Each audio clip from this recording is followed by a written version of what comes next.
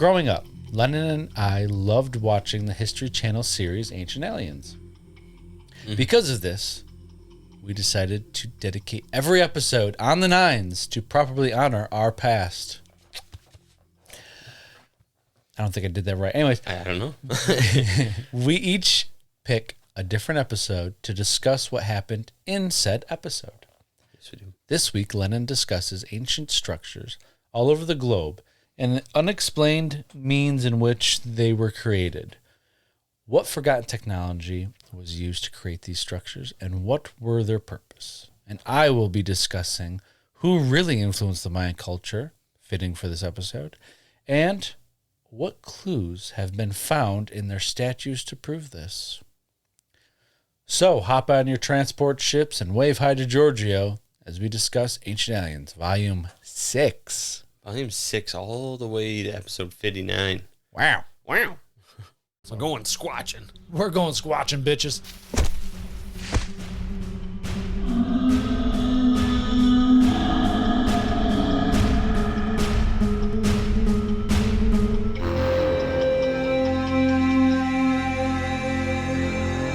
Welcome back, Lennon, and welcome back, listeners, to Don't Touch My Sasquatch podcast. We are your hosts. I am Joshua. And I continue to be Lennon. So, I picked this one. I'm not going to lie to you because you just came back from old Chichen Itza. I did. I went to Chichen Itza. Yeah. I got that cool Mayan calendar. 100% of podcast has been to Chichen Itza. Yeah. Yes, we have. So, what was your highlight of that trip? Not the honeymoon yet, just the trip. Just the trip to Chichen Itza. Yes, sir. Okay, seeing Kukulkan on the snake down the steps, that was cool as fuck. Right. I would really love to have seen, on the solstice, the when it finally does its thing. I don't want to bust your bubble here. You would have just had to go on June 21st. I know. I was upset. Oh, okay. No, wait, hold on a second. Time out. Every solstice. Time out. Timing out. I did go on June 21st. Okay. That was coincidentally the day that we picked to go was June 21st. Wasn't on purpose, though. No. Oh, okay. But they were talking to us about it. And I didn't think it was June 21st that did it. Oh, I thought it was every solstice, but I probably am wrong. June 21st is the solstice? I know. I thought it was every solstice. That was a question. Oh. Maybe it isn't. Isn't it, though? Well, shit. Fact check. A little research real quick. Magic Man, tell us the date. Summer solstice. June 21st. Oh. And marking the start of summer. And December 21st. Shortest day of the year. Okay. So, hear me out again. I'm hearing you out. We did go on June 21st. The solstice. But did not see it. Because I was not you at didn't this. stay there long enough. Yes. I would have loved to have seen that, is what I was getting to saying. That would have been incredible to see. But actually seeing it in general was just really cool. Hearing the bird thing all in person, that was awesome with the clapping. That was so cool. But Chichen Itza is filled with a lot of fucking people. And the minute you get there, it sounds like a goddamn round of applause until the moment you leave. So you went on probably the busier day. Yes. Being the 21st. Yes. Because when I went, it wasn't that busy. If you saw the photos, it wasn't that busy. But still, I bet it had to be a separate tour to see the solstice. Yeah. What really would have been cool, our tour guide told us that up until 2006, they allowed it as you were allowed to go to the top of the main temple. Right. Which would have been awesome to see. 2006. Yeah. So it would have been really cool to see and actually step foot on it, Yeah. That would have been awesome. But I thought about breaking the rules and going under and just touching it because it would have been cool just to touch. Yeah, you don't want to go to a Mayan prison. Sorry. Mexican prison. Yeah, no, so I did not. But no, that was incredible. Actually, I think they just fine you. I really don't if you touch it. But Finally getting to see it in person was cool as fuck, though. Much bigger. To me, it was like, oh, this is fucking huge. I thought it was big, but when you get there, it's like, how the fuck did these people build this? Okay. Yes to that is how the fuck did they build this. For me, to be honest with you, it was smaller than I expected. Yeah? I feel like in the pictures it looks enormous. Not that it wasn't large, but I definitely thought it was bigger. Well, it's not one of the bigger, like the Aztec pyramids in Teotihuacan. Right. Way bigger. Mm-hmm. Obviously, pyramids of Giza are way bigger. Right. But the thing is, it's the most accurate calendar ever built. And it's a pyramid or something like that, right? Yes. And you had that tour too, every right? step on it was signified a day or a month or however that all worked out. The steps, there was 364 steps going up. The 365th step was the last one to the top, on the top. Just their mathematics and calendar setup that they had, and they built this building as that was, it just fucking blew me away. It's so cool. Most accurate calendar. Even, did your tour guide talk about this? Maybe. It's calendar. Okay. Yeah. So they're saying it's the eighth wonder of the world because it's one of the eighth wonder of the world because it's now the most accurate calendar. Yes. Up until like really recent to like the second or not the second, something like that. Because our days are, what are we, 12 minutes short or something a year? I can't remember what it was. I remember 12 something. 12 seconds. Yeah, whatever. Seconds. Seconds, minutes, whatever. Yeah. In 12 minutes, yeah, we'd be fucked for a while. But yeah. Yeah, it's fucking awesome. And and this calendar thing, it's handmade. Yeah, it's beautiful. Yes. Got a helicopter in here. And a plane. It's not a drone. Now, favorite part of your honeymoon, and then we'll get into this. I don't know. It was a great time in just general. There was really, everything was incredible, and nothing stood out over the next. Chichen Itza was one of the coolest things ever. But by the end of that day, as you and I talked about, I was shot. Yeah, you are. It's just really 7 till 9:30 nonstop. Go, go, go. Oh, here's the other thing. What's up? So we did our tour at Chichen Itza, and they're like, "Here's, you guys get an hour. Meet back here at this point at say 4 o'clock or 3:30, whatever it was, so we can all get on the bus and go." Well, I don't know how much if you remember, but there's a shit ton of different paths going a bunch of different places. Yes, there is. Holy fuck, we got lost. Yeah. And I was like, we got 10 minutes to get back and get all the way through everything. I was like, fuck. And then we got to walk by all these people trying to sell us shit. And then they're like, oh, we just saw you. You want to set better the second time? We're like, no, we're good. Thank you. And I'm trying to find my way back. I got lost and we finally found it. Showed up just in time. But I was like, whew, that was close. I don't know if they'd actually leave without you. I doubt it. Yeah. I doubt it. But you don't want to risk that. No, and I didn't want to be that those people that everybody waited on. Yeah. So. Did you go over to the other side where there was a sacrificial temple, and by that were like hundreds of fucking pillars in a perfectly straight line? Crazy. It was cool. That was crazy. I really liked the arena that they played the game at. I can't remember what it's called.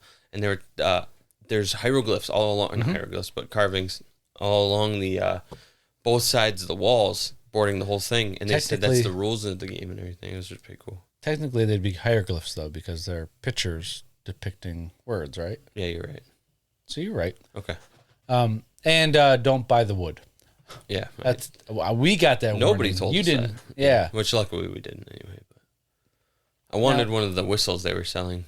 That's the it sounded weird like a thing. Jaguar. It was cool. I would have loved that too. But they said don't buy the wood. Did they mean like firewood or any wood? Because they said they're allowed to sell the wood, but you cannot buy the wood or you will get fined. Absolutely 0 cents. I know. So I don't know if they were talking about the whistles. You might have been able to buy a whistle. I have no clue. Yeah. Or maybe our tour guide was just lying. Who knows? Who knows? But hey, sorry to break it to you, ladies. Your boy's off the market now officially. Yeah, Lennon is. Married now. It's all good. It's happened. I'm an old married man at 26. It's locked up. Wedding was good. It was phenomenal. It's cool. A lot of pictures. That's all I'm going to say. A lot of pictures. A lot of pictures, yeah. And I wasn't even in all of them because obviously it was YouTube. And I was still like, this is a lot of pictures. Non-stop, luckily. Can't stop, won't stop, baby.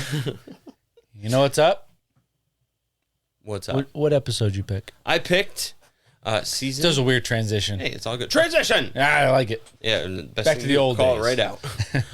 I picked season 2, episode 8, entitled Unexplained Structures. Now, here's the weird thing. I was going through the episodes looking. Yeah. The season's looking to pick one. Yeah. Season 2, episode 8. I saw this one, Unexplained Structures. I was like, all right, that sounds good.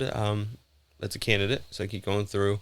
Season 8, episode 8, there was the same thumbnail picture used as this one. And it said, Unexplained structures. And I said, huh, was I in the wrong season just looking? And then I read the description, and it was basically the same description, just reworded. And I was like, huh. So I watched the intro to both of them, and I think they were pretty much the exact same. Well, I guess when you do like 1 million episodes, you're going to overlap a while bit. Right. A little bit. A little bit. But either way, I picked Unexplained Structures. So which one, though? Confused. Multi. 8th or 10th? Or 9th, I meant to say. I meant to say second season. Second season. Second season. Yeah. Got it. All right. I'm confused. Woo! 8th, 9th, 10th, 11th, 12th. 13th. We can count. So yeah, back into the writing of the notes. My typing is a lot slower. Yeah. Let's hope I still have the same, give off the same energy I usually do. In a good way. Yes. But here we go. The opening gives us quick questions and shots about the international ancient peoples and their incredible structures and depictions upon them. Not unlike the feathered serpent god Kukulkan at Chichen Itza. Ooh, you talk about him too? No, actually. Or was that just a off reference because of where you just came from? Yes, it was. Got it. Okay.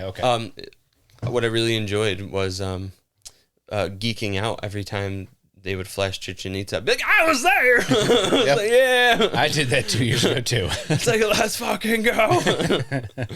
Oh man. I have fucking proof. Is there an otherworldly explanation for these ancient structures? I guess we'll have a definitive answer by the end of these 44 minutes. There won't be any other questions. Let's look at some unexplained structures. Now, there's some wonderful names in mine. I know as well as in yours. So, Sanliurfa, Turkey. Sand into your turkey? Yep. All right. In 1994, a local shepherd noticed the tip of a stone sticking out of his field. Just the tip. Just it. Dangerous. Quite odd and peculiar, a stone to be in a field, I wrote. He dug it up. Asshole. He dug it up and it kept going further and further down until he had unearthed a precisely edged 19-foot pillar with a carving of an animal on it. It was a whale because it was a whale penis. You know, you got to edge them pillars. You really do. Edge the tips. It lasts longer. It had been clear from more carvings discovered. The bushes were shaped. It had been clear from more carvings discovered that these ancient stonemasons weren't just skilled craftsmen, but they were working with advanced tools. Take the credit right away from them. With the precise details and exactly perfect edges made it clear that this was one of the biggest ancient discoveries in modern times. Hey,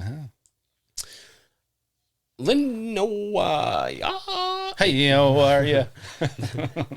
This site is known as... Huh? You know this one. I don't. Gobekli Tepe. Oh, I do. Yeah. I was hoping it was her mother. Her... Ronda Tepe. Or what?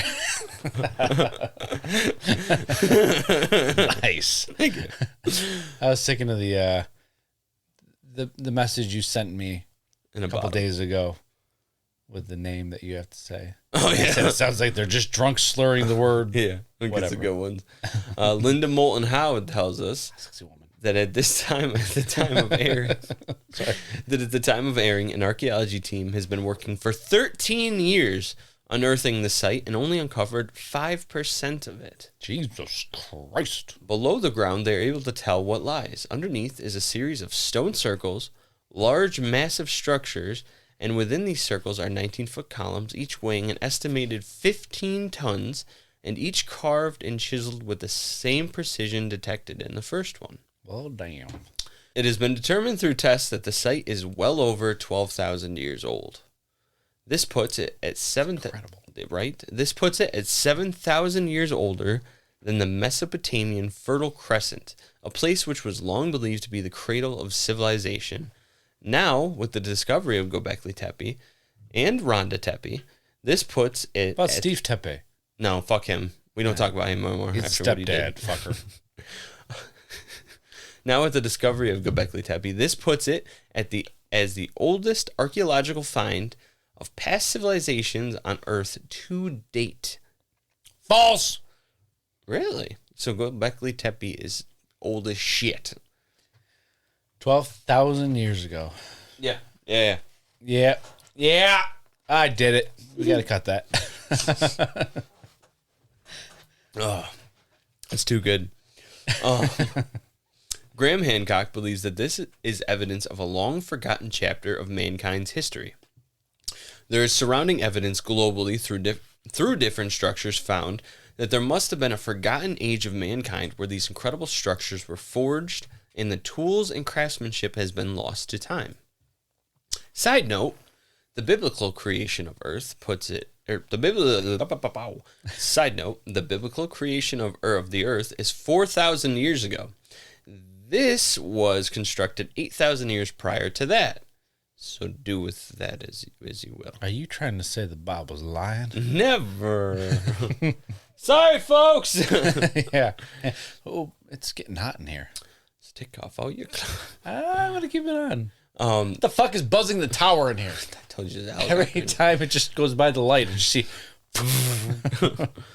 It is also worth noting that in the 13 years of excavating, no stone tools nor farming implements have left unturned. No stone left unturned in 5% of it.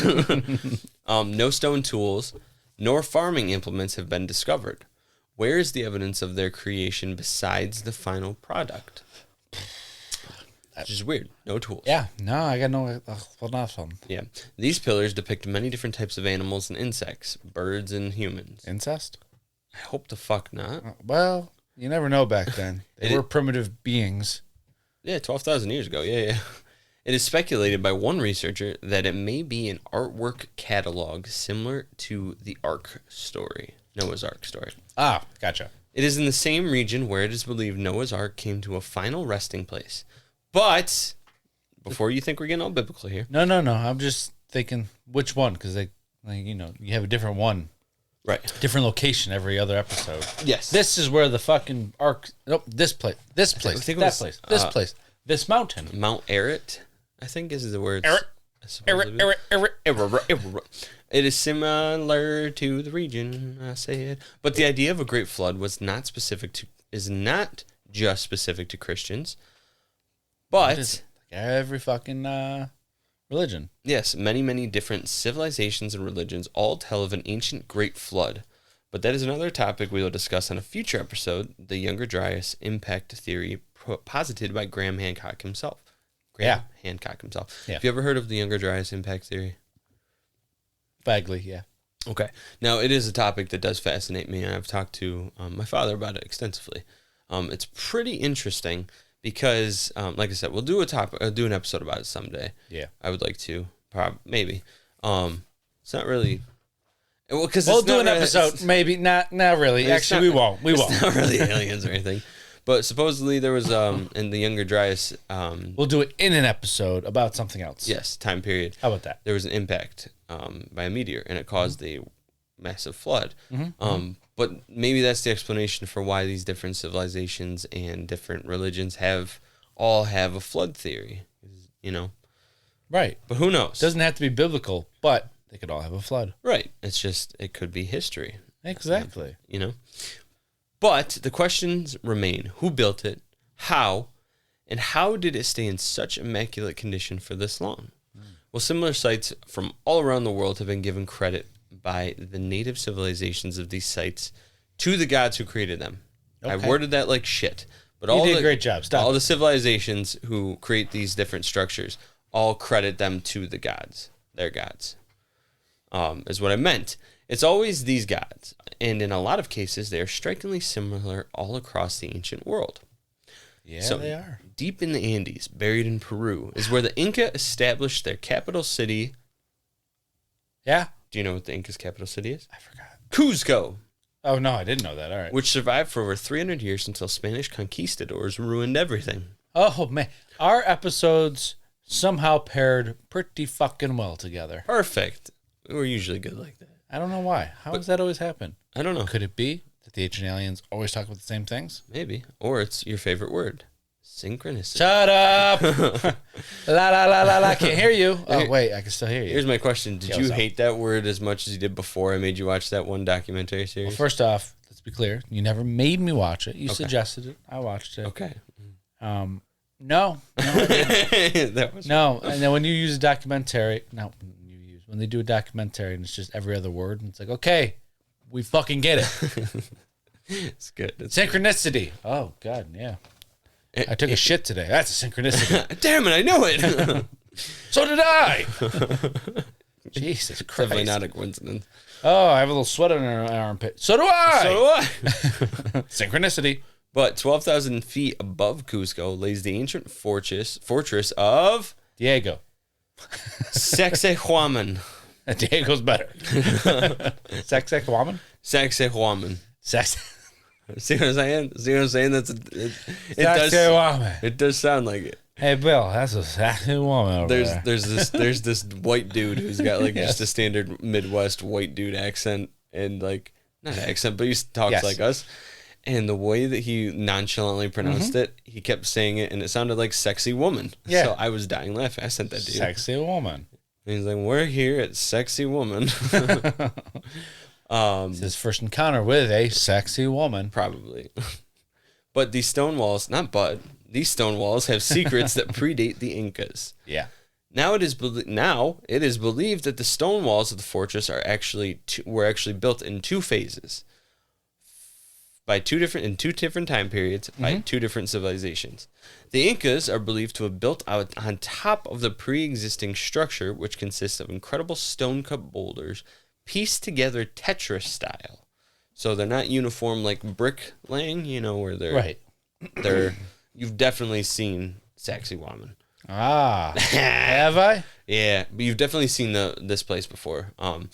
It's got these ginormous boulders, rocks they're cut so precisely together you can't even slip paper through them. It's like a puzzle piece, right? Yes, they're not brick. They're not uniform. They're not uniform. Yes, you know what I'm saying. I do. Definitely Don't they have like a hole in them too? I'm picturing a hole in one or two of them.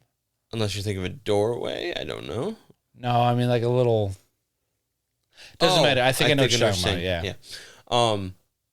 The Incas, I said, archaeology studies have surmised that the initial structure, which consists of the incredible stonework, was built around 1,000 years ago by the Kilki civilization. I'm going to have fun getting pictures for this YouTube video, aren't I? Hell yeah. How am I spelling anything? Sexy woman. Sexy woman. Olmecs gives a bunch of sexy women. Oh, what a horrible research night. Well, sorry, YouTube. All you're getting is a bunch of this guy didn't get shit woman. done. But it is believed that for the Inca. Take it all over. In the Inca. But it was believed by the Inca that the fortress which they built upon was actually constructed by an advanced prior civilization that was led by a god who had come down from the skies. Google Khan. No. Joking. Okay. In South American history, a god has popped up multiple times named Viracocha, who has visited the South American people and given them advanced technology. He pops up in a bunch of different civilizations, apparently. He was making his rounds. He was a civilization whore. Yes, he was. He just loves showing up and just... There you go. He delivers his seed everywhere. Apparently. Of knowledge. Thank God. He stands out from the rest of the South American people. And he was white. Actually. From some of his physical descriptions. He is tall, white-haired, pale-skinned being. Could he have been, as ancient astronaut theory suggests, a visitor from an alien world? No, he was just a fucking albino that they got confused with. Maybe. Many of the rocks seen at Sexy Woman, I wrote, weigh upwards of 20 tons. They have some big rocks, Yeah. Big rocks. Big old bastards. Many of the rocks at Sexy Woman weigh upwards of 20 tons. Around 50 to 100 tons for some of them. You need some big boulder, over-the-shoulder boulder holders for those motherfuckers. Goddamn right you do. Rocks that we need large, heavy machinery to move today. But how did these ancient people move and carve these individual stones with such perfect contours that they fit perfectly together? It would take a massive amount of manpower to accomplish moving just one of these massive rocks. That's a very good point, Lennon. I found it. Found what? The fuck are you? Here, I'm blind. I can't see it. Stink bug, ain't it? Yeah.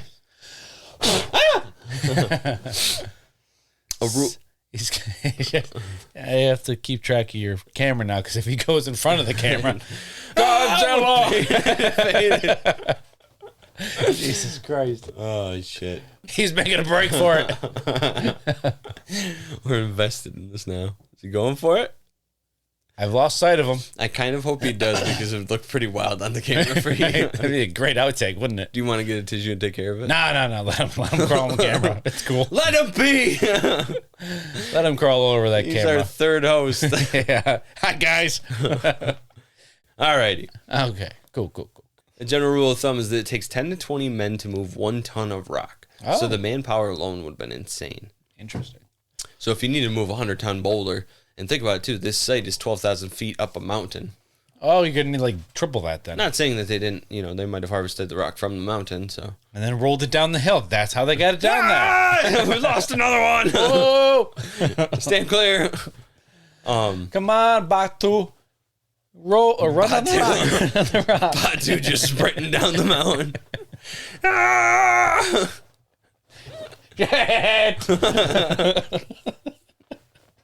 Poor Batu.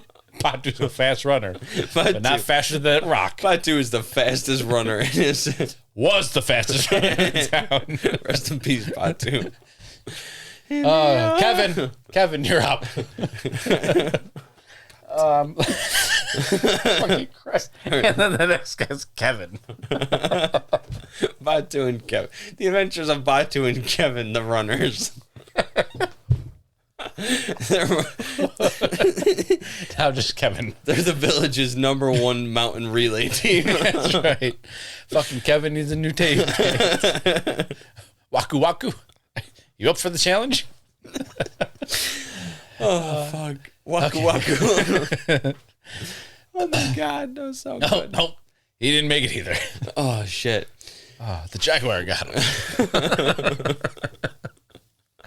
Oh, God. These granite rocks, we use diamonds to cut today. Yeah? We have to use diamonds to cut them. These stones were perfectly cut and placed together like a jigsaw puzzle, to the point which you couldn't even slip a piece of paper in between. Oh. Now, studies on these rocks have shown that these rocks had a massive amount of thermal heat applied to them, and it is believed that this might have been how they were shaped in such a way. Incredible. So like lasers. Lasers on their freaking heads. Batu's got a laser on his head.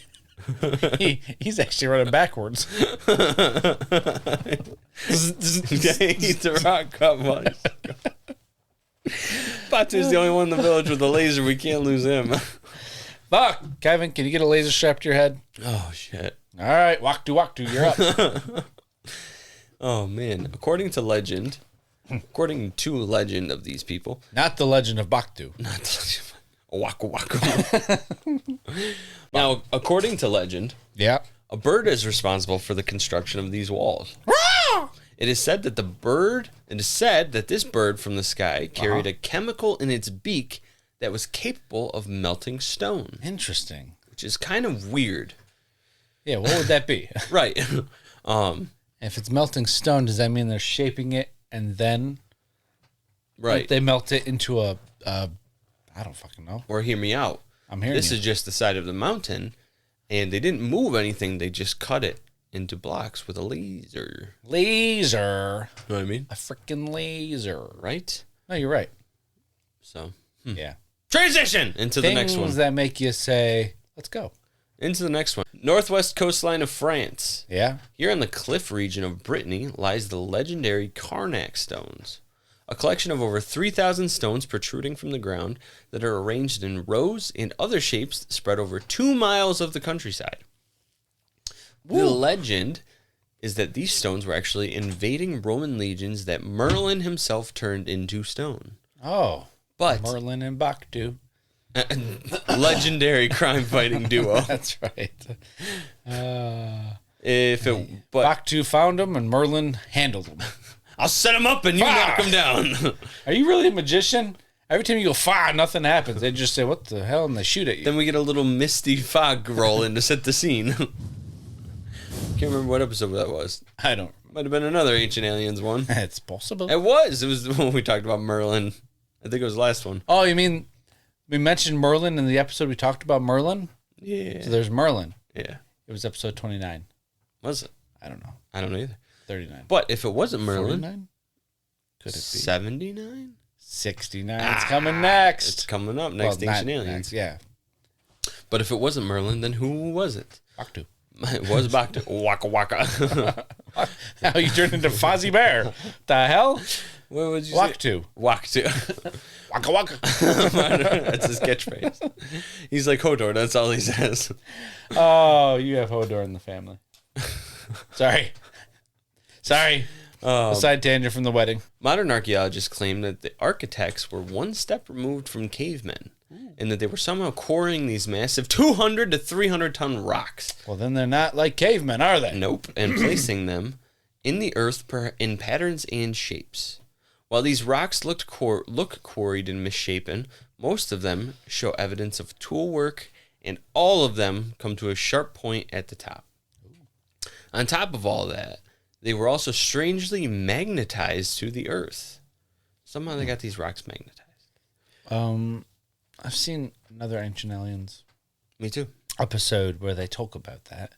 It's like they moved a rock, and how they moved it turned it into. I might be blind, but I can see your face. Turned into a magnet. It did magnetize the rocks, and I can't remember why. Maybe the answer to that will be later on. Skinwalker Ranch also did that. It wasn't rock, but it still magnetized shit. Sure did. The trailer. Yeah. Oh, yes. Now it is described that you are able to feel the energy within when roaming around these stones, and a lot of tours come here just to feel the energy off the stones. I like to feel that. Yeah, me too. Seriously. Seriously. There's a concept of the world grid theory, which posits that around the Earth there are grid lines that have energy of the Earth coursing through it, and many of these ancient structures, thought to be sacred or holy, are just structures in general that are set upon these lines and harness the energy. This is believed to be one just as the pyramids of Giza. So they're talking about ley lines, right? Yeah, basically. Yeah, okay. Yeah. Supposedly, you can see Carnac from space like the Nazca lines. So it is believed that this was meant to be seen from the sky and not from ground level. They always say that, but I wonder how true it actually is. Yeah. The Nazca lines and stuff like that I can see. But the pictures of the Carnac site, Carnac Stones, I feel like that's more of a ground thing. I mean, they're just in rows and shit. Well, have we seen satellite images of Pyramid of Giza? Like, how big does that look? Oh, these things they're large rocks, but they're individual ones that are like triangle pointed shaped. Oh. And there's just rows of them. Oh. It's nothing that's like, I don't know. I don't know about the whole seeing it from space thing. I think that was just one of their things. But they do have those things. They do. At one end of the Carnac site, researchers identified a circle similar to that at Stonehenge. And at the other end, a rectangle of stones was found. Just a rectangle. Oh, hey, circle jerk, rectangle jerk. Fuck yeah. Both of these end structures were perfectly placed to depict the winter and summer solstice, like many other ancient sites, such as Chichen Itza. Were they, though? Were they? Couldn't they be? I mean, how do you really know? You don't even know how they made it. Do you know what they actually made it for? No. Do you? But it is cool that it lines up. Yeah. It's cool that it lines up like that, though. Yeah. That's a big thing for people. Huge. Big thing for the people back in the day. Yeah. They loved it. They fucking loved the solstice. Let me tell you what. They really did. And when looked at even closer, it is revealed that the solstice points and the rows at Carnac all come together to form a perfect Pythagorean triangle. But when you draw it in, of course, otherwise it's just two perpendicular 90-degree lines, which, yes, does form a triangle, but only by causality. Now, basically what I'm saying is that you've got a T out of all of these lines. Okay? Yep. And they say that because it's a T at a perfect 90-degree angle, they did a Pythagorean triangle. No, I guess, but it's just a T. That's the thing. It's only a triangle because that's how it works when you draw that third line in that's not there. Yeah, so if we take all the walls down in your apartment, because they fell down, except for this wall and this wall stayed up, you made a Pythagorean theorem. Pythagorean triangle. That's what I meant to say. There was a good 10 seconds. A good 3 just 10 seconds. 3 to 5 minutes dedicated to how the fuck did they know about the Pythagorean theorem well before it was create, or you do realize if you're building walls, lines, anything, you might accidentally make something that you didn't intend to make. Right. Exactly. Or have knowledge of, I should say. It is proposed by Giorgio that they somehow had knowledge about the Pythagorean theorem of a squared plus b squared equals c squared. And it proved that there was a spaceship in the sky. Apparently. It is proposed by Giorgio that somehow, I just fucking read that. Like, literally, just read that. How did they get this knowledge? E.T., of course. And then we cut to David Childress, our favorite guy. Well, he's not our favorite guy. But... Our favorite guy to impersonate. Yeah. In the windiest fucking filming location possible. I remember this video. He's screaming. I'm having headphone issues. I'm sorry. It's okay. He's screaming at the top of his lungs to speak over the wind, pretty much. That these stones are transmitting energy to the cosmos like a GPS system. I was giving you the actual. I really appreciate it. Yeah. Fucking screaming it. I'd send you that video. Yeah. It's so good. Oh, I can't even show you on my phone. And then I don't remember what he said, but yeah, but it was basically like that. Transition again. Woo! Siunik Province, Armenia, 140 miles southeast of the nation's capital of Sacsayhuaman, Yerevan, lies the city of Sisian. What'd you call me? You heard me. On a high plateau sits yet another series of 550 to 100-ton rocks. 550 to 100. That protrude from the earth, stretching over a third of a mile. This site is known as Karahunj, or the Armenian Stonehenge. Okay. It is estimated to be 7,500 years old and predates the British Stonehenge by 4,500 years. This site consists of 203 slabs of basalt, and at the center stands the circle Stonehenge. Archaeology doesn't agree with who the builders were or who lived there. I was going to say archaeologist Doug. Archaeologist Doug doesn't know. Just Doug. He's like, they cut to him for an interview. Yeah, guys, I don't know. I told you that. Like, what the fuck are you asking me? I told you. I'm here to talk about Chichen Itza, not Karahunj. I just learned how to say the name. Thank you, Doug. That was Doug, everybody. How about a sexy woman? Then we cut to Childress. Well, see what's happening is they moved a rock over there, that over there. Somehow they did it. You sent me that video, and I can't remember what the hell. Oh, his eyebrows. When he's like really getting adamant about something, his fucking eyebrows go.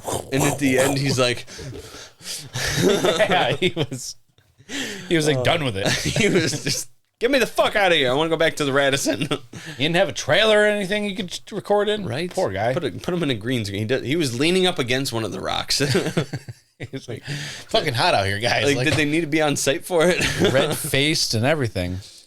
Oh, man. So archaeology doesn't agree with who the builders were or who lived there, but they do agree that it definitely is an astronomical model. Yeah. But how did these ancient people get their knowledge of the stars besides looking at it? Giorgio thinks it might have been an observatory. Maybe. In 2010, Oxford University sent a team to study it and found out that what makes it unique is the small holes bored into the rocks at different angles. 85 stones have holes likened by the host to telescopes to peer through, and they are pointed at different alignments on the horizon or to the night sky. The constellation of Cygnus, which for many civilizations is looked to have been a source of power, used to be able to be viewed through the notches at Karahunj, but is no longer possible. So they got these holes in these rocks at different angles, and it is believed that the ancient peoples, they would come up to these holes and peer through them, and at the angle it's at, they're able to see a certain star or constellation, and each one was different. Okay. I think that's pretty fascinating as an ancient civilization, as a concept to do, where it's like an observatory, like Giorgio says. It's like you bring your family here, you pay for the day pass because, it's cheaper. Right. And you get to go, hey, this one with the little placard on it says this is Orion. You go through, you look through, oh, there's the Orion's belt. Yeah, cool. You go to the next one. This is the Big Dipper, so on and so forth. But jokes aside, that is kind of how it sounds like it was played out. And that's pretty cool how they did that. But also, to get those angles bored through the rocks just right, and think about it, you would only be able to really, you don't only have to work at night, but you have to be able to get that angle exactly perfect through these rocks, these little holes to look through. Place. Right, it's pretty fascinating. You know what it really was? These guys are like, it's fucking hot in here. All right, let's get some holes in here for some airflow. They put some holes in just for airflow, and we're all idiots thinking, oh, the sky. I'm kidding. But it's also incredible that they got the holes into the rock, period. Yeah. Well, these rocks, these are like 6 foot tall or so, and they're just these vertical monolithic rocks sitting out, and there's no need for airflow. Yeah, no, they're wide open. It's wide open. There's just these little rocks set up everywhere. Open space. They're like giant tombstone type deals. Gotcha. Sort of, and they sort of like that, and they got holes through them. Well, then I'll just shut the fuck up. Then it's okay. I appreciated the input. You see, if you had a slideshow. I know. Kidding. I'm not joking with you. Committed. That's not true. Many theories. So as I said, it is believed. All of a sudden, it came out of nowhere. They're like, oh yeah, this probably was meant to view no, that is Kara. This was probably meant to view the constellation Cygnus, which is very important to many different civilizations. But by the way, you can't view it there anymore. It's like, was it what it was for then? Like, did they say that? No, they didn't. So like, you just shooting, grasping there. But well, you can, they had Khonshu. He turned back time and was like, there it is, right there. Khonshu, it's a good reference. Yeah, thank you. So the constellation of Cygnus, as I said, was for many civilizations very important, but no longer visible there. Many theories exist on the reason why the position of Cygnus has changed so drastically, but in reality, what has happened is that the Earth was on a different axis of tilt at the time of Sacsayhuaman's creation, if it really was meant for it to view Cygnus.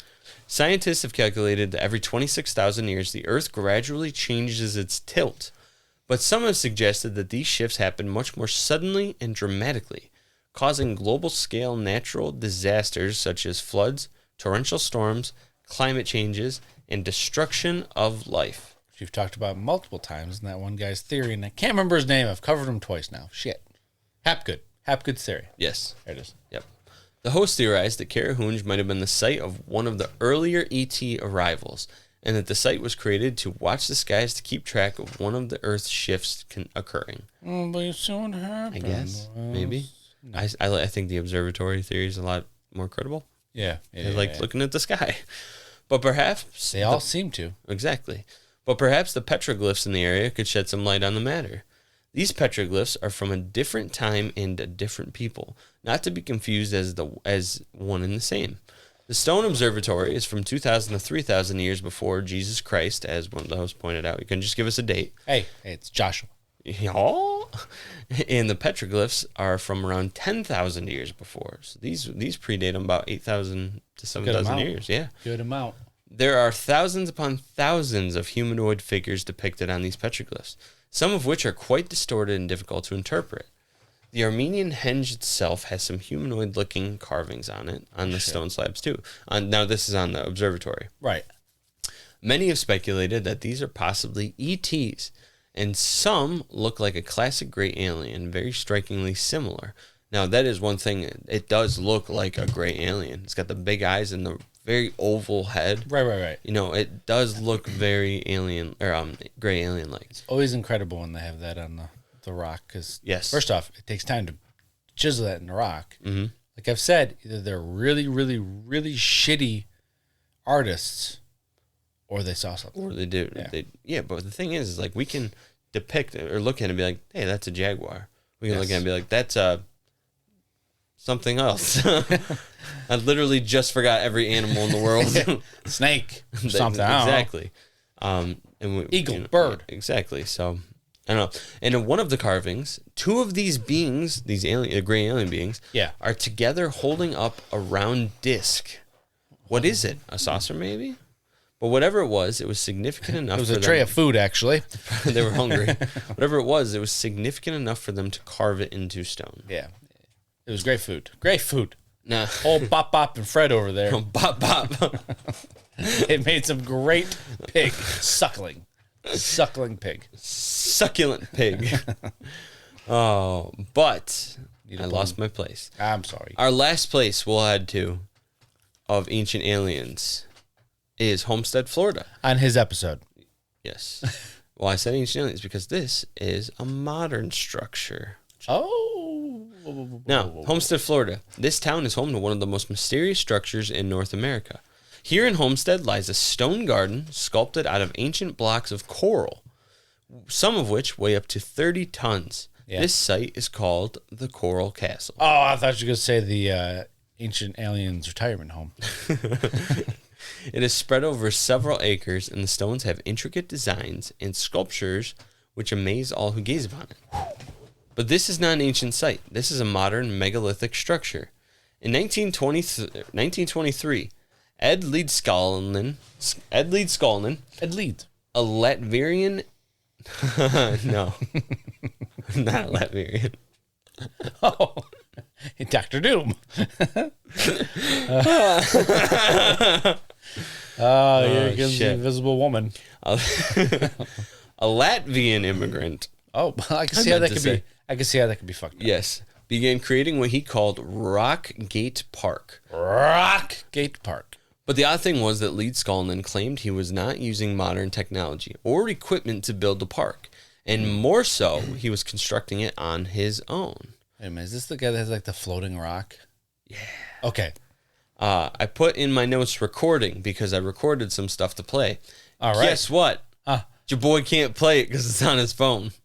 So it's all good. Oh, yeah. But, yeah. They were talking about this guy. He was frail. He was little. He was, for a little old man, he was like 70 years old or something. And he was doing everything on his own. But the question is, how did this frail little man move these blocks by himself? Asked George Norrie.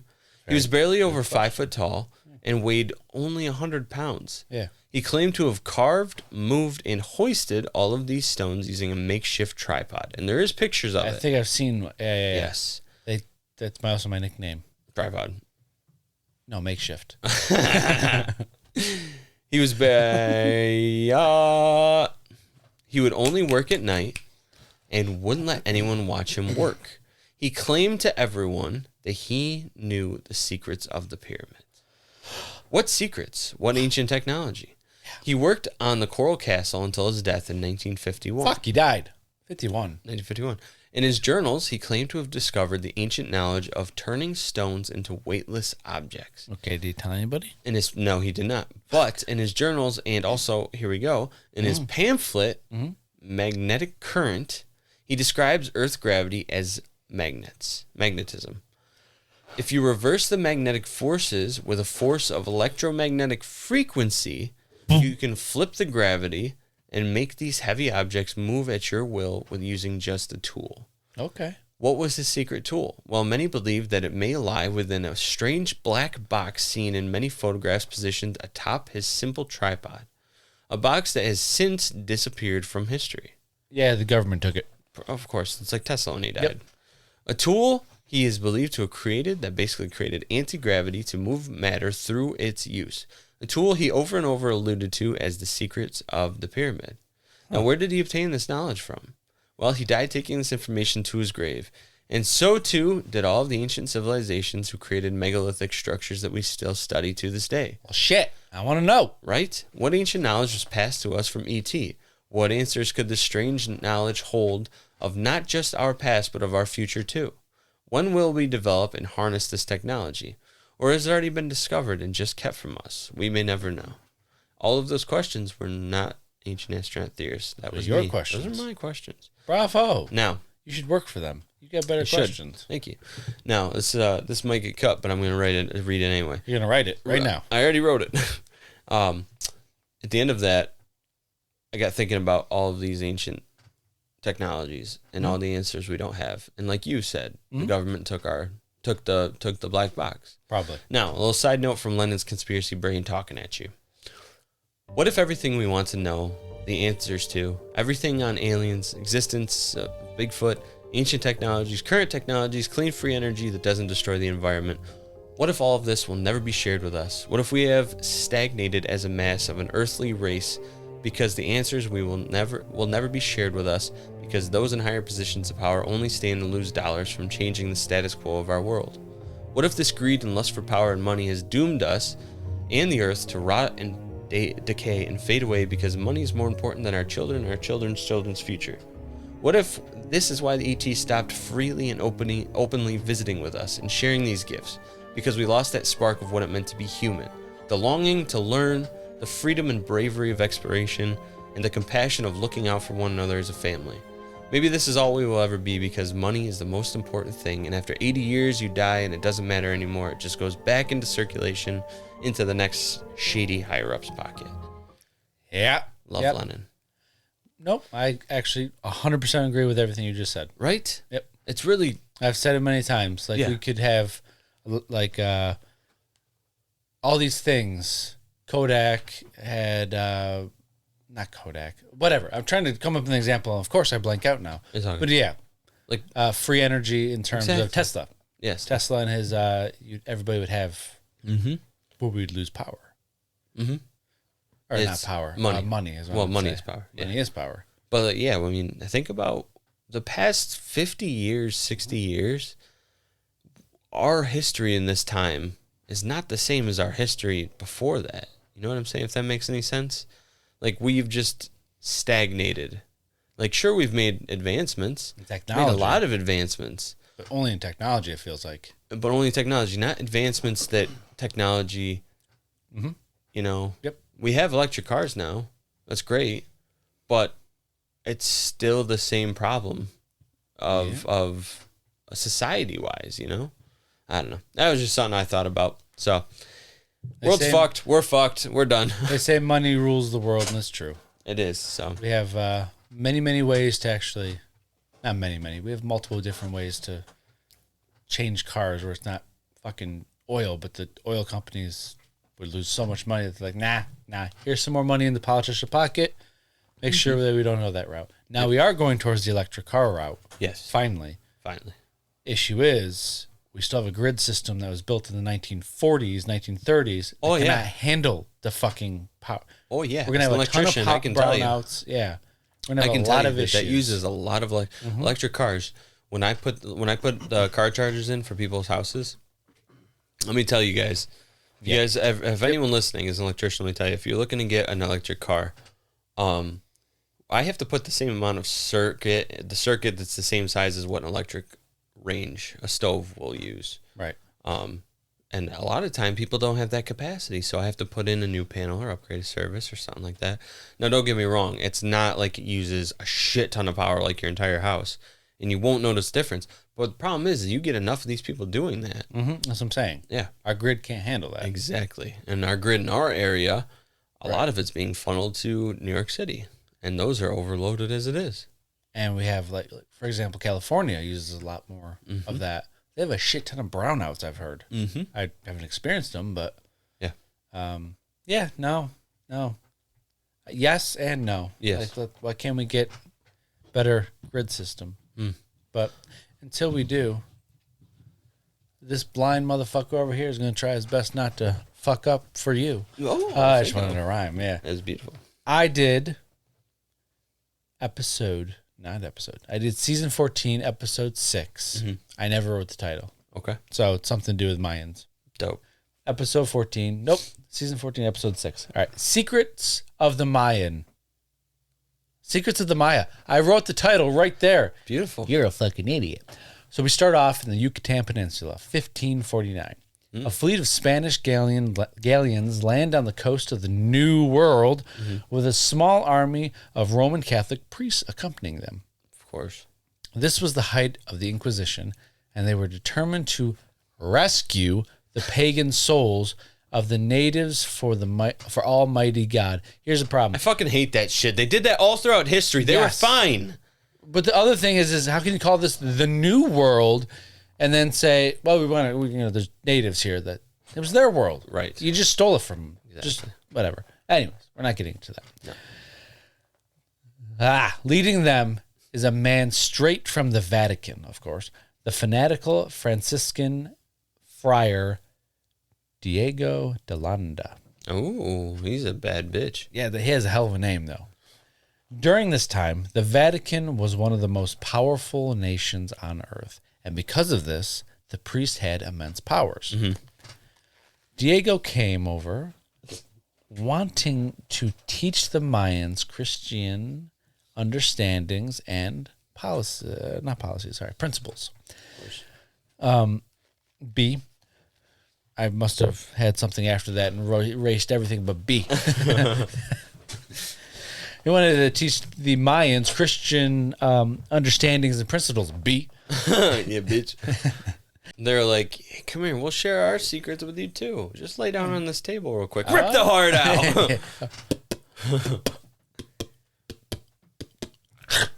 out. And this probably intimidated, or not in this, and Delanda was probably intimidated by the vast wealth of knowledge that the Mayans had already tapped into. Mm-hmm. So, at this point in history, the Mayan culture was thriving in the rain-drenched, hot, sticky, humid jungle climate of Central America. Yes, it was. For more than 2,000 years. Yeah, you know about it now. The fucking shit was holy hot. Shit. Hot, boy. That was, like, where's the shade? Yeah, this shit was hot. So the Spanish conquerors, that's what I call them, found pyramids, temples, paved roads, and thousands upon thousands of Mayan texts. Mm-hmm. The Mayans have been revered over many things when it comes to the knowledge of time, concepts of math, mm-hmm. science, and the movements of the solar system. Mm-hmm. But even though they were culturally advanced, their religious beliefs were notoriously bloodthirsty. That's true. Yes, they were. A lot of sacrificing humans to their gods. Mm-hmm. They believed in human sacrifice, and as far as Diego de Landa was concerned, they did this at the expense of their eternal souls. So, to rectify this, they slaughtered them. Jesus Christ. Yeah, makes sense and is not hypocritical at all. Yep. You can't sacrifice each other for your own religion, but we will slaughter you for our religion. That sums it up. Fucking That makes no sense to me. bitches. Anyways. Hate those fucks. Motherfucking. Damn it. When. You just can hear a bleep in that. He's damn it. On July 12th, 1562, Columbus did not sail the ocean blue. Sailed the throne of lies. You live in a throne of lies. The Catholic priests, with the help of the Spanish military, executed what was known at the time. This was known at the time as an act of faith. Okay. The Mayan population was forced to convert their religious beliefs to Christianity, or be put to death. And the Spanish burned all the sacred scrolls and priceless images that they had to erase their religion. Yep. That's an entire historical record of their beliefs and scientific findings lost forever. Yeah, our tour guide was telling us about this. I already knew this too, but he's telling us all about it. He was also telling us about how most of the history, anything that survived any of this, most of the stuff that survived is over in the European museums. Like the secret archives on the Vatican. Oh, fuck that shit. More on that There's later. so much shit in there. Yeah, we'll get into that a little later. But to me, that's very It's judgmental. very judgmental and non-inclusive of these religious people were. Yeah. Back then. Just back then. Not today. Yeah. No, today You're going to hell. But did they also erase all historical records of Mayans' ET, extraterrestrial ancestors? Just in case you know what ET meant. The Mayan elders still talk to this day about how they were led to their land by the sky people. Were these people extraterrestrials? They seem to have gotten an understanding of science, math, and our solar system that we still cannot explain how they got this information. Mm-hmm. When asked how they gained all of their information, they always say they got it from the sky people. I feel like I already said that before. Hey, it's anyways. Okay. That is something that everybody says. Yeah, exactly. They're always taking things from the sky people. The people up there. That's what I'm saying. Maybe they stopped coming. It's very possible, you know? We are a destructive civilization, I feel, or species. Yes. Yeah. Tres Zapatos, Mexico, 1938. Okay. Archaeologist Matthew Sterling follows up. What's up? What? Spit it out. All right. You know how my brain works. Yes, I do. Sometimes I think of things like Lenin, open up the slideshow. Oh, it's open, baby. It is? Yeah. What slide are you on? Ancient aliens. All right, go to the next slide. What's that slide? There's a little doll. There's a little figure. He's got like a bow tie on his back. Okay. All right, we're there. Anyways, you were saying? You know how my brain works where I view things in like a movie or a TV show? Yes, sir. So you said Trace something or other, 1930 something or other. Trace Zapatos. Zapatos. Yeah. Whatever. And then Yeah, you know shut how up, on we're Ancient Aliens it zooms down into a map Yes. and then it shows something? Yeah. I just thought about how funny it would be if it like did that and it zoomed down in and there to like just to some guy and he's just sitting there, he's eating a sandwich, he looks up, he's like, the fuck? Like, no, over there. Like, just some random dude on accident. Stupid. I wish I could fucking do that, but Stupid. Just... No, not me. It's so good. So in Trace Zapatos, Mexico, 1938, archaeologist Matthew Sterling follows up on an old report that has gone unexamined for more than 70 years. Okay. Lennon, hit the next slide. All right, son. Wait, am I looking at Childress? Oh, he's got... Okay, go back. Too far. Childress Too far. loves this guy. Yes. A little sneak peek at some jokes I'm making. There's a reason those pictures are there. Anyways. All right, so 70 years. He's in love. Unexamined for more than 70 years. A local farmer's discovery of an ancient megalithic site. Sterling discovered a large stone head that had been buried under the ground. This was the first in what turned out to have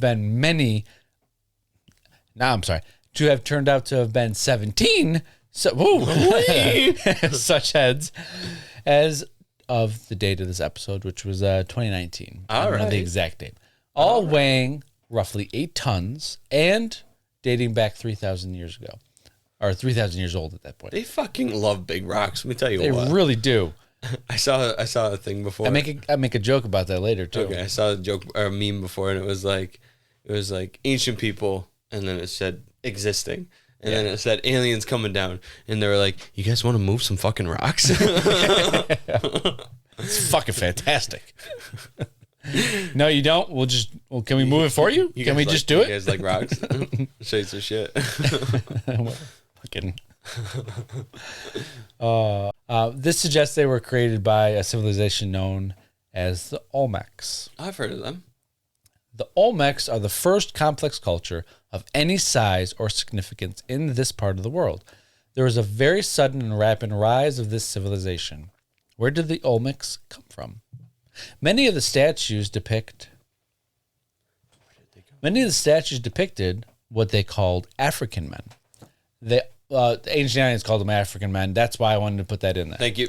They also have carvings resembling Chinese, Vietnamese, Polynesian, and even European white people. All carved from solid stone, rock. Archaeologists... Semantics, potato. Trying to get that in there. All right, anyways. Archaeologists are dumbfounded by all of these different racial characteristics in the Olmec carvings and statues. Yeah. People seem to have been literally coming from all over the world to this part of Mexico. I turned into fucking Seinfeld there. The question has to be asked, how did they do that? What was their indoor plumbing situation? I don't think I want to know. Did they talk about that on the tour? No. They didn't, no. I was hoping, I want to know, kind of. Shit, I didn't think you were speaking English for a minute there. Yeah, I wasn't. I was talking to old Fudd, all right? Me and him were communicating. He doesn't know either. My buddy Baktu will be here shortly. He's running down a hill currently. He's still running. It seems that this culture origin came from the other side of the earth. But how? Ancient aliens suggest that the answer could be found in La Venta, Mexico. Oh, God, your Spanish is magnifique. That's French. I'm trying. I'm trying my hardest. That's wonderful. La Venta, Mexico. Okay. All right. Giorgio is my There first one. I think I only have 2, so let's get this one. This is a long one, ladies and gentlemen, so strap up and strap out. Strap in. In La Venta, we have carvings that show showing the Olmec in very bizarre scenes. This is the slide you're looking at, okay? The statue guy. Okay. One is this snake that seems to be floating in the sky, and below you see this person sitting inside a flying snake. I am so sorry. I got a picture of the wrong statue. It's okay. I see Anyways, a little guy. just keep on that guy for now. So you have to wonder if the Olmecs had access to aviation technology. Giorgio personally thinks they did because at the Museum of Natural History, cue that slide, the one you're looking at now, there is the Olmec statue of a guy clearly wearing a pressurized suit with controls, tubes on his chest, and 6 wings on the sides. This is the smoking gun to our ancestors having aviation tech thousands of years ago. Honestly, it does look very. They're not wrong. If this was a spacesuit looked at through the lens of an ancient person, I agree. Yes, I agree. But thinking in terms of modern day, at that time, I also could see it being just a headdress, and when they usually dance around the fires and stuff like that, or when they do ceremonies, they always have like these big, elaborate outfits and headdresses. I could see that being that. Yes, because Mayans and I don't know who the Olmec worship, but a lot of it was serpent gods with feathers, the feathered serpent god, correct, Kukulkan and all that. Yeah. So to me, I could see it being that. But Teteros patados, either way, it's something. Now we travel to San Augustine, Colombia, March 2017. Fuck, mate!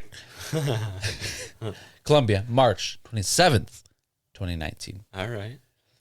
Childress is traveling again, folks. I get to go to the slide. You get to go to the slide. God, he is loving it. He is the happiest guy. Joining him this week is Hindu historian Praveen Mohan. All right. Happy. Childress, I'll get to my jokes there. You just keep staring. That's fine. Childress was there for Childress was there many years ago and noticed a ton of Hindu symbolism. So he asked Praveen, there's an R there. No glasses again, or no contacts. They're at the camp out, 4th of July party. Praveen to join him on this trip to get his opinion. Mm-hmm. Praveen's heart is pounding to see the sights. Pounding so hard, I wrote, that he wore his seatbelt so that both straps were on his left arm, apparently. I didn't even see that. Look at that guy. What the fuck? He put the lap strap over his fucking arm. Did too. Safety first, I guess. I was watching this like, why is he strapping his right arm down? Oh my God. I was more focused on the man in love. And then my other note was, and you find someone that look at you like Childress looks at Praveen. That's why the right photo is there. He's so in love. He's just like, it's the greatest smile. It is. It was just like 5 minutes of them talking, and Childress was just like, I can't do his look, but he's like, it'll be in the video, I promise. And Praveen's just sitting there with his arm like strapped to. I think Childress actually kidnapped him and strapped him in there so I couldn't leave. We're gonna take you somewhere today. He goes, please not. Oh God! Fucking crazy. I love that you didn't notice the seatbelt. So I'm like, oh, he's already got the joke, but you didn't. Cool. I didn't. It was good. All right, this site is located deep in the Andean foothills of southern Colombia. Okay. And is home to more than over 500 megalithic statues of unknown origin. They were thought to date back to as many as 2,000 years ago. Okay. Childress is convinced that many of these statues show strong connections to that of the Olmec statues discovered more than 1,600 miles north. Mm-hmm. This would show the first evidence that the Olmecs were in South America too. Mm-hmm. He also believes that many of the statues show even more connection to Hindu carvings and artwork found in India and Southern Asia. Mm-hmm. Praveen speaks here. Please go to the next slide. They come up to this carving that you're about to see. Yep. And he says, a figure holding a skull flanked by 2 other figures. This is so Hindu. Thank you, Praveen. All right. My seatbelt's on wrong. Yeah. Well, he wasn't in the car right then. He got out.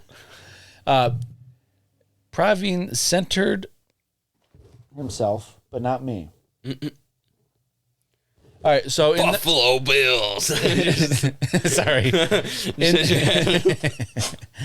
In the picture, you see a center deity holding a skull and the two gatekeepers on either side with spears protecting the said deity.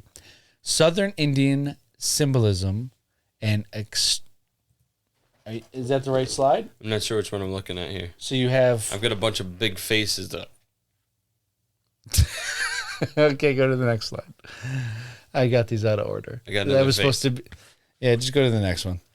All right, I've got a big ol' head and two statues next to it. I think that's it. Okay. Time out. It would be slide 6 for me. Time out. Diggy, diggy, diggy, diggy. I wasn't looking anything up. I was just typing the keys here. Give me a second. Diggy, diggy, diggy. That brain is that itch is scratched.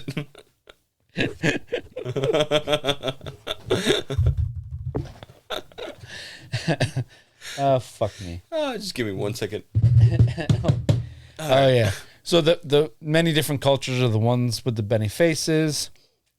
And it shows another picture of them. Those two slides were supposed to go before all the other ones. I'm sorry. All good. So number 6 is what I want to be on. Number 6 is what you want to be on the left. Is Mexican flag. Hey, number 6. All right.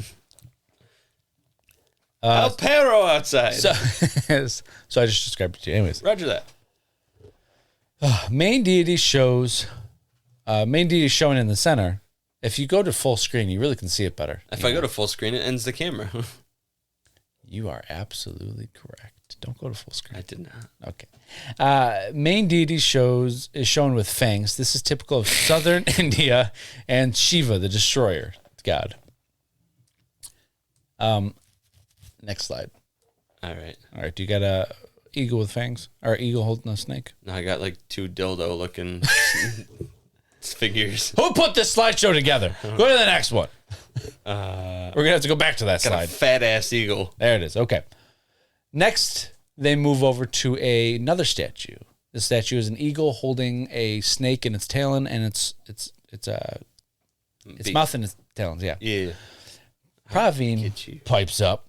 Wow, an eagle holding a snake in its beak and also holding a snake in its talons. This is classic Hindu iconology. This is Garuda holding a naga. Gesundheit. Thank you. Well, you know, I had no joke to that, so sorry. Well, you know, he says. Good enough. That's the only thing that would ever fit that. It's well, You know. There's a similar statue in Vietnam in the place called Champa. Then you can go to the next slide again, unless you see 2 dragons. Mexican flag. Nope, go back. I can't remember what's on the slide. Sorry. All right, it's okay. I'm still looking at the eagle. Eagle on the left. Is there snakes on the right? There's a figure statue on the right that's got a snake draped around its shoulders like it's wearing it to the Met Gala. To the Met Gala. Okay, thank you. This is the new Tommy Hilfiger collection. All right. There's a similar statue in Vietnam in a place called Champa. In Hindu texts, there are 2 different races. The Garuda, Jesus Christ. The groovy ones. The groovy ones and the dipshits. The Garuda, which come from a planet up above the sky, which are depicted by the eagles. And the Vietnam one is the one on the right, by the way. Roger that. The other is the Naga. Gotta be careful when you say that. Just realize that when I said that out loud. Yes, sir. The other is the Naga. It still is like killing me. Can I call it something else? The NAGA, Naga, which is a reptilian snake-like, shape-shifting being that lives underground. Does that sound like something else that we, talked about before? No episodes yet. Yes. Yes. What? Reptilian. That's what I was thinking. Yeah, baby. Fun fact. This symbolism of a eagle with a snake in its mouth, beak, I should say, its beak and its talons, is also on the Mexican flag today. I know that slide. Yeah. That's classic Hindu iconology right there on the Mexican flag. Actually, it is. Or it's just... Well, they don't have eagles and snakes in Mexico, so it's weird. Nope, that's Hindu. They say all this shit was like certainty. Like, this is Hindu. Yes. Or not. It's Icelandic lore, actually. So if you could do me a favor, since we already passed it, the slide that has all the faces. Yeah. All right.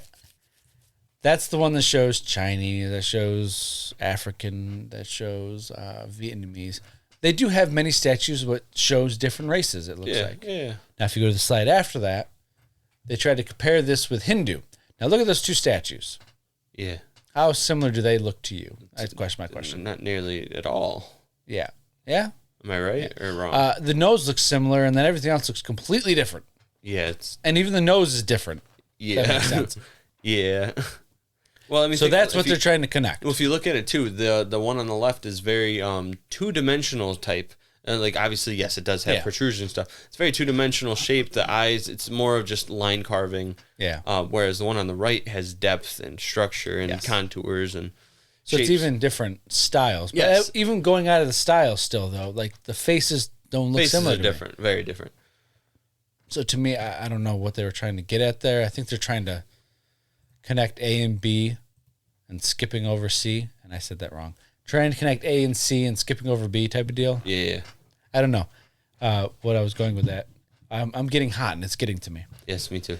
Childress states that the Garuda is a symbolism of the flight and spaceships that they used to come to this location from India. It is so obvious that there was some sort of high technological civilization here. So where's this evidence? So where's the evidence of ancient Hindus traveling across the Pacific Ocean in flying aircrafts? Aircrafts. Ancient astronaut theorists. Ancient astronaut theorists think it exists and has been tested already to prove this. This is pretty cool, by the way. All right, I'm excited. When we then move, I didn't mean when. We then move to another structure of a deity flanked by two gatekeepers. I think you can go to the next slide. Let me know if that happens. I have one with two gatekeepers. Yep. Okay. These gatekeepers, though, have these two gatekeepers, though, have scales and look like they have hoods on top of their heads like cobras. Whoa. If you can see them. Yeah. I know it's a tiny photo because you can't blow it up. No, I can see. All right. I got it. Cobras do not exist in the Americas. True story. Snakes do, but struggling to see the cobra part of it, but yeah. I am too. They outlined it in the actual show, but I'd rather not have the outline on there. Anyways, how did they get here? And they're again in what the fuck? How did this get here? And there again is many depictions of Southeastern Asian countries. He shows a picture of a temple in Thailand that has two Nagas statues guarding it. I think that's on the same side you're on, right? I have not cobras. I have the one with the two gatekeepers on the left, and then on the right, I have a bunch of dragon snake-looking ones. Okay.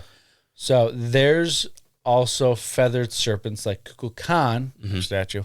Our next slide, and the statues flanking the pyramid of Teotihuacan. Chichen Itza.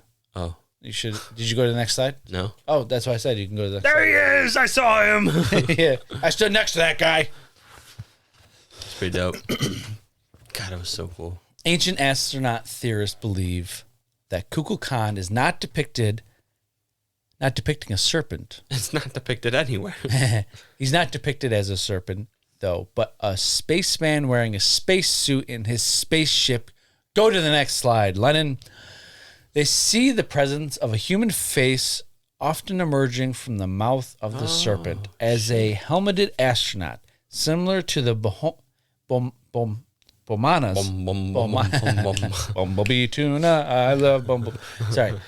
Similar to a Bomama. We're gonna continue our song. You know that part we thought we'd done? Yeah, no, we're gonna keep going. Similar to a bomana,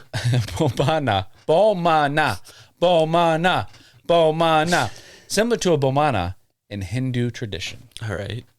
They then talk about the difference between bomama.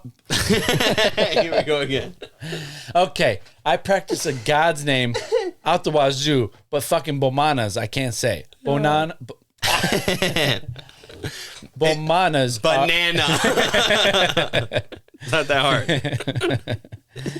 Bomanas in Hindu are like flying crafts. All right. They then talk about different bomanas that are tubular or cigar-shaped. Tubular, dude. And finally, the chikuna.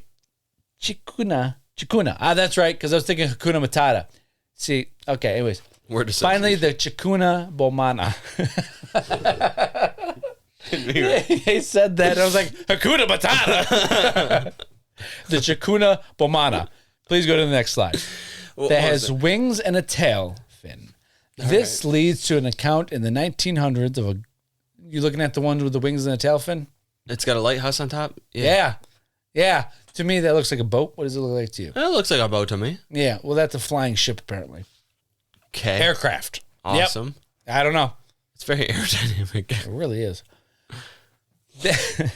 Yeah. What ship what airplane don't you know that has a big rod up the center?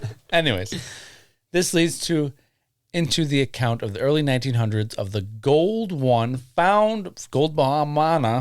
found by some tomb robbers near a river in Colombia. Next slide. Oh, I've seen this mofo before. This is awesome. Giorgioism. And final Giorgioism. 17 Earl.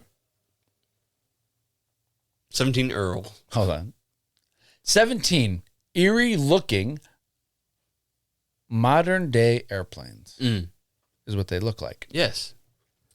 The wings are attached at the bottom. Birds have their wings attached where we have our shoulders. Yes. So no formation in the animal kingdom exists in the form of these statues. Unless they're upside down. Unless they're upside down. That still wouldn't make sense because if you flip it upside down, why is the tail fin down? It's a boat. It's a boat, he says. That's a rudder. I'm just going to keep reminding you. Or whatever.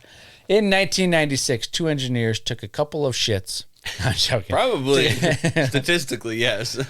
All jokes aside, in 1996, two engineers took a couple of these, made them larger, and put a propeller on them, threw them up in the air, and they crashed. No, they flew. Next slide, please.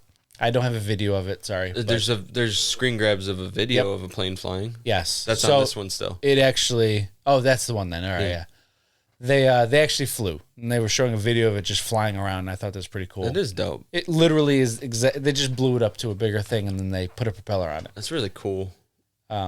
So that gives a little more credence to the fact of it flying, I guess. Yeah. And then old Batu lost his fucking job of running, and then they started flying everywhere. And Waka Waka sits on a boat now. He's a captain. Oh, Captain Waka Waka. Captain Waka Waka. First mate, Kevin.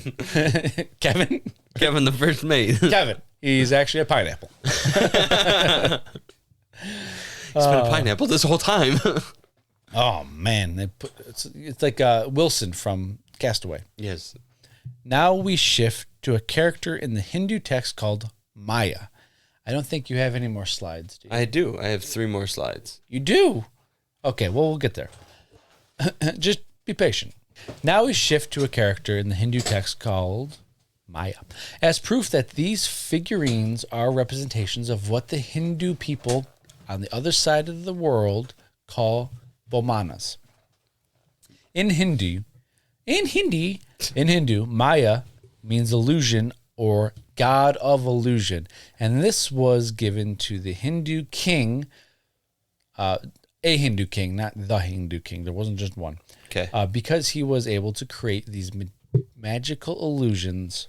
Maya was born of divine god Brahman. Dipshit. Brahman. I saw a B word and I got excited. Born of ramen. Yeah, Brahman noodles. It's all capitalized. He was a great magician and invented the great flying machines, per report. Mm-hmm. Per text, I guess. It wouldn't be reports, would it? He wasn't born on Earth, so he was obviously an extraterrestrial. Maybe Maya traveled out of India and went to Mexico in his flying Bomana. Mm-hmm. Bomana. Mayans have a book called Popol Vuh. In it, they talk of a specific god that came from the East. Is this the same god that both cultures are talking about? Did the Mayan civilization adopt his name? Is this the wild one? How you doing? What do you mean the wild one? The hard name? We're getting there. Yeah. So Maya, yes, the god that came from the sky, was said to have traveled. And then the Mayans said that god, their god that they were named after, came from the East, which is pretty interesting. That is interesting. So could it be him and his Bomana? Maybe. Praveen says they chose this site in Colombia to settle down because it is similar to a location in India, next slide, where their temples are built. They both are on a river where two others flow into it, and the only way to know this is to fly in the sky, apparently. Yeah. Apparently using boats wasn't enough Apparently using boats wasn't even a thought to ancient alien theorists. They had to travel in plane. No other way to have seen a river that all connects. No, there's only two places in the world that happens. Only two. Nowhere else. Not a coincidence. This was a fact. Of course. The last statue they examine is what Childress calls some sort of spaceman wearing a helmet and visor. Next slide, please, if you haven't gone there. I'm looking. He has two rectangular eyes and a rectangular mouth. They made sure to point that out. Yeah, he's got a gimp mask on. No nose, holding a power staff. A power staff? That's what Childress said. Panveen, what the fuck? Praveen notes that the staff looks like a cylindrical, that the staff looks like a cylinder that extends below his feet and into the ground. To me, hold on.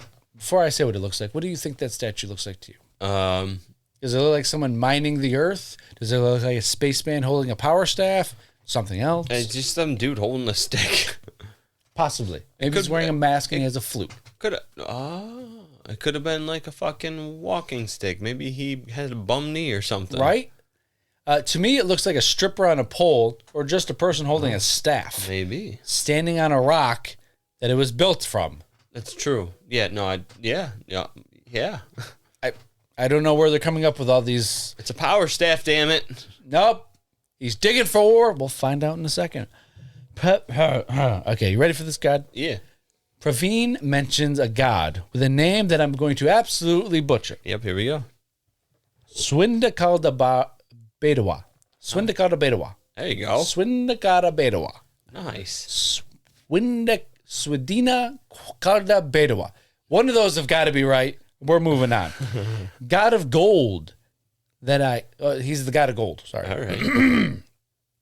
He's the god of gold, and Yep. I cannot find him, by the way. Okay. So I looked, and the only god of gold in Hindu I see is a god named Kubera. So I'm thinking that old Praveen was having a stroke. All right. And they were recording, and they said, that's a hell of a name. Meanwhile, this poor soul is like, I'm fucking dying. I smell toast. Swindle a lot of Katabedawa. I don't know. They were out in the woods, too, as they always are, so maybe a bee stung him and his tongue swelled up. That's never fun. Hey, speaking of bees stinging, that's kind of not really funny. I was planning on making this joke before you got stung by a bee and swelled up. That's a synchronicity. Oh, I'm going to kill you. Either way, though, this god used a tool called the Kila. by going into the ground and mining for gold. Childress got excited by the possibility of this probe gold detecting rod thing that Praveen didn't describe it as. And Childress called it a gold detecting rod, and Praveen said it's a mining tool for gold. Well, it's evident it's a gold detecting rod. Absolutely. It's absolute certainty. And said this is the extraterrestrials that is guiding them. The extraterrestrial that is guiding them. Sure. One guy, because it's not many statues. Yeah. In 1996, Zachariah Sitchin published a book called The 12th Planet, where he translated and interpreted the writings of Earth's earliest known civilization. Do you know who they are? Well, it was thought to be the Sumerians. The Sumerians is what we're talking about. Okay. According to Sitchin, the beings talked about in writings called the Anunnaki were beings from another planet. Planet Nibiru. Who? Planet Nibiru. Is that true? Yes. Oh, I didn't know that. Well, that's what it's speculated. The more you know. The 12th planet. Or not 12th planet. What is it? 12th planet, you're right. Yeah. Yep. Nibiru is the 12th planet. That's what it's called. Sorry, I didn't realize that. It's all good. I like it. They created humans as their slaves. This is their sorry, hold on. This is their theory. They created humans as their slaves to mine the gold needed to power their spacecrafts. Okay. We really took a jump there, but whatever. Yeah. Apparently now we need gold to power spacecraft. I've heard that in many other things too. You have? Yeah. Other types of theories and stuff is that gold was to power spacecraft. Okay. I don't know how. But Don't ask me. This is the first I've actually heard of it. Ooh, yes. Childress explains that this place in Colombia is a gold abundant place. If you're looking for gold, this is the place to come. So let's go to fucking Colombia, baby. Alrighty. Are the statues found in Colombia proof that what Sitchin theory is true? What? All right. I think there's an extra what in there. Are the statues found in Colombia proof that Sitchin's theory is true and that an ancient race of people traveled from Asia to America for a precious metal they were taught to consider sacred? Childress and Praveen now go on a fun theory ride of certainty. These extraterrestrials came over from Asia in their flying ships, sent a fleet across the ocean, and brought their power tools to mine the gold here in Colombia. And when they were done, or when they were not mining, they were creating these amazing statues. All said with absolute certainty. Also, why don't we make some cool statues when we're mining for shit? Like out of rock. I don't get it. Be dope. It seems to be the thing to do. I guess. Got all these ancient technology and shit, and you're like, I want to make a statue over there. No, I'm really feeling the statue today, boys. Let's take 100 years to carve it. All right, I know we just moved all this rock, but we need to make a statue. Now, hear me out. What if? What if you make a statue of me? Could it be? The Cham in Vietnam are thought to be the middleman in maritime transaction between South Asia and the New World, particularly South America. So now we are saying that they used boats and not spaceships, because isn't maritime about boating? It is. All right, that was a note for myself to ask you. It is. I was pretty sure, but that is the word for it. All right. Why is there no evidence found to support the mass migrations on a large scale that had been taking place centuries ago and with the help of extraterrestrial technology? Ancient astronaut theorists believe the answer dates back to the 18th to the 16th century, to the Spanish slaughtering the Mayans and the deliberate destruction of their culture. We're bringing it back around. They believe the destruction wasn't as thorough as we all were made to believe. We travel to the vast libraries of the Vatican, where those thieves keep all the writings. And all the secrets from other stuff. Scrolls and books they stole in their secret library called the Secret Archives. I just wasn't sure if we should keep the thieves part, you know? I'm fine with Vaticans are strong. We don't want to fuck with them. Call it what it is. Bitches. The Catholic Church made a big show of destroying the old religion with big bonfires of books. At the same time, the Catholic Church was trying to accumulate knowledge. Did some of these texts make it back to the Vatican? Lynn Picknett, some historian that I've never seen before, states the people often say all the Vatican does is destroy things, when in reality, they don't, on the whole. What they do is they hide it. What kind of other organization in the world is known to have an archive that is actually called the Secret Archive? It might decay, the books might decay away, but at least they have control of it, and that's the most important thing. The Vatican is always about control. The Vatican is full of secrets it doesn't want the average person to know or find out about. Ancient astronaut theorists believe that the church's motivation was to hide the proof of the not the organization called the Mayan, sorry, of the origins of the Mayan civilization and others that have existed thousands of years earlier. The Mayan civilization couldn't only be traced to other continents, but could they have been traced to other planets? Many ancient astronaut theorists believe that if the proof exists about cross-Pacific migration and alien visitation, that it would have posed a serious threat to the Catholic hierarchy, steeped in the bigotry and intolerance of the Inquisition. Nice. Yeah, good? Yeah. Right. If this theory holds true, where... This kind of goes with your question. Sorry. If this theory holds true, what then happened to the extraterrestrial visitors? Insert Lennon's little awesome sentence that I agree with. Either way, many new artifacts and locations have been revealed. In February of 2018 through March of 2019, archaeologists made a number of incredible discoveries in Mexico alone. Mayan artifacts were found in Teotihuacan, previously thought to have only been inhabited by the Aztecs. 200 more artifacts were found in a hidden cave under Chichen Itza.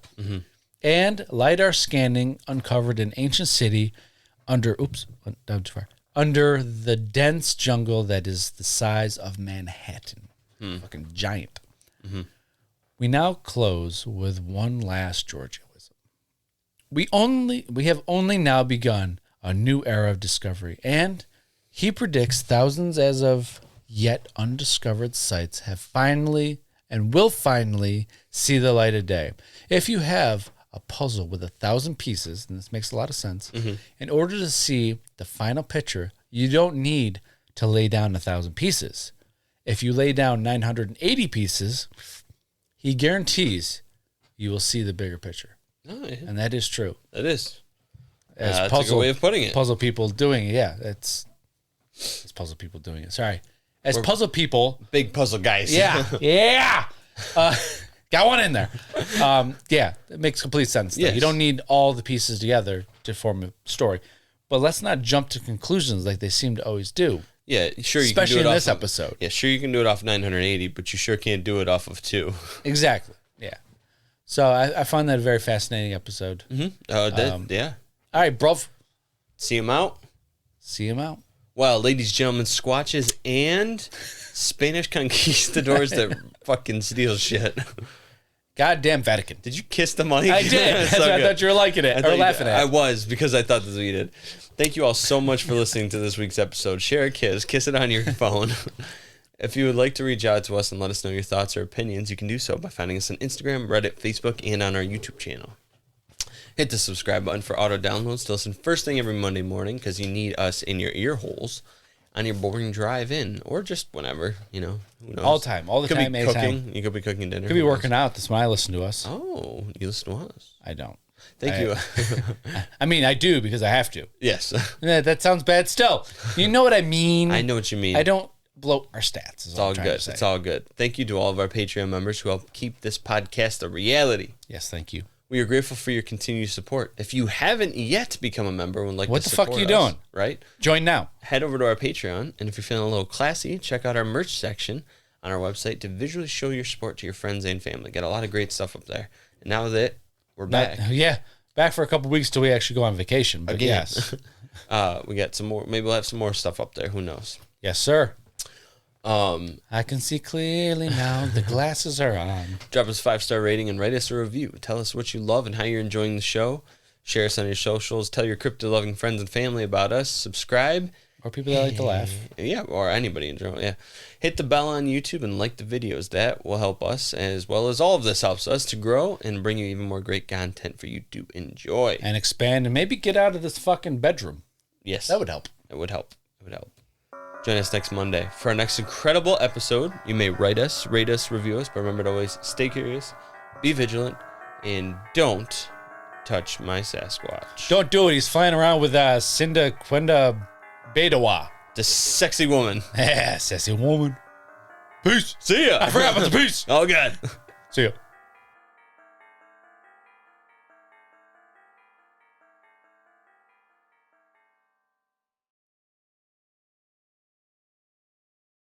Yeah. Yeah. Yeah. Yeah. Yeah. Yeah. Don't touch my Sasquatch. This will not be an episode I say yeah 17 times. Oh, we never have those. Yeah. I did it. No. Whoopsies. Whoops. Sexy woman. Sexy Hey, woman. I got my eye on you. Wazowski. God damn it. Just get in front of the camera. You blew me in the face. Just all I could think of when that guy got Hodor. Who was this? Yeah. It's fucking hot in There's this. no dying my nuts off. I'm sweating my nuts off, not dyeing them.